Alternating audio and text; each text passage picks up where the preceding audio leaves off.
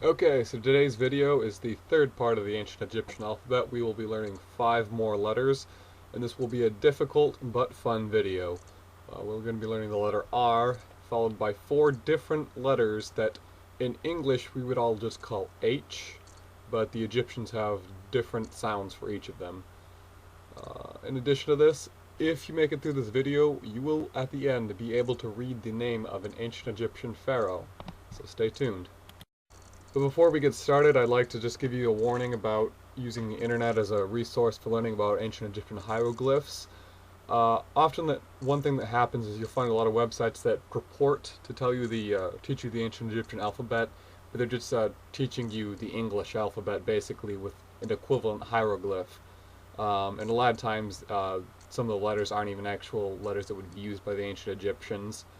And like I said, there's 4 different H's in this language, and they'll just use them interchangeably without understanding the differences between them. These are made by people that really don't know hieroglyphs, and they just think it's cool. So I guess there's nothing wrong with that, but if you really want to learn them, shy away from that, because a lot of these people, just not understanding the alphabet, they don't understand the grammar either, or really the language at all. And the sad thing about a lot of these websites is they're always trying to sell you something too. So be careful with that. The first letter of today is the letter R, which is sort of an oval shape. It's supposed to represent a mouth and just makes the R sound. Here you see it being used in the word Nefer, and here you see it being used a number of times in this picture. And if you really want to challenge yourself, try to find it in this picture. It's a little harder to find. The next letter for today is the first H. This is your typical normal English H, as in hot or hat. It's represented by an enclosure, looks somewhat like a squiggle. The sound of this, again, is just your normal English H sound, and it's very similar to the ha in Arabic, if you know Arabic. Now in this picture here, you'll see it is used in the hieroglyphs at the bottom middle, right above the 2 R's.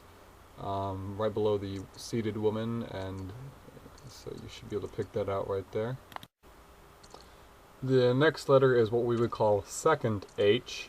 This is something that's not often used in English. It's imagine making an H sound only with the sound coming from the back of your throat, like ha, ha, like when you breathe onto your glasses or onto a window pane, ha.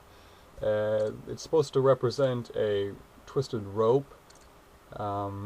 And the sound itself is very similar, again, if you know Arabic, to the Arabic letter ha.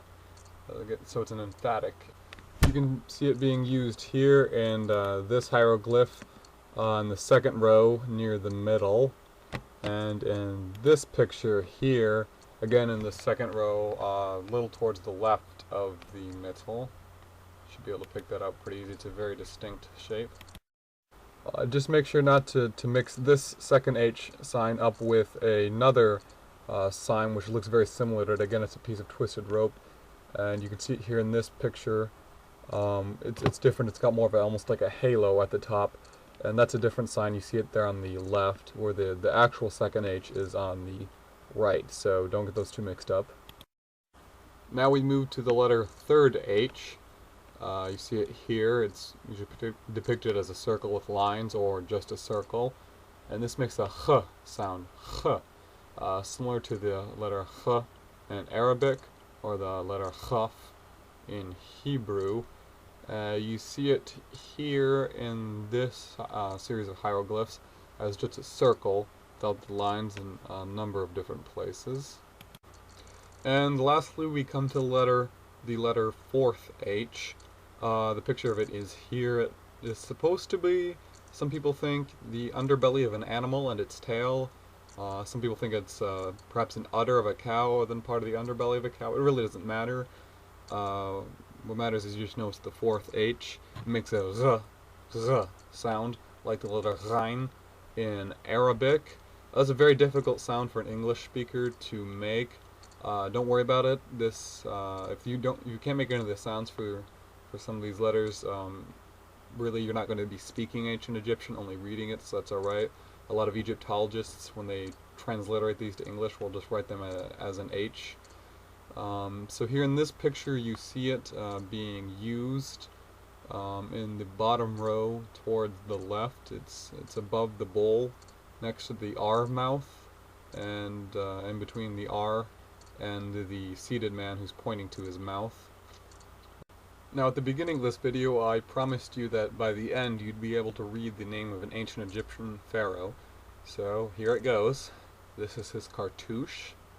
I'll give you a moment there to look over, see if you recognize the letters. Pause the video if you want to. Okay, so I'm just going to go over it with you.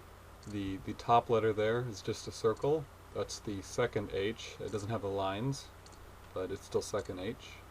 Right below it is the horned viper. That's the F sound. And then below that is the quail chick. That's the woo, or woo sound. And when you put that all together, you get Khufu, or as we might say in English, Khufu. This is the pharaoh who built the Great Pyramid. He's from the 4th dynasty of the Old Kingdom. Some of you might know him as Cheops. That's the Greek form of his name as recorded by Herodotus.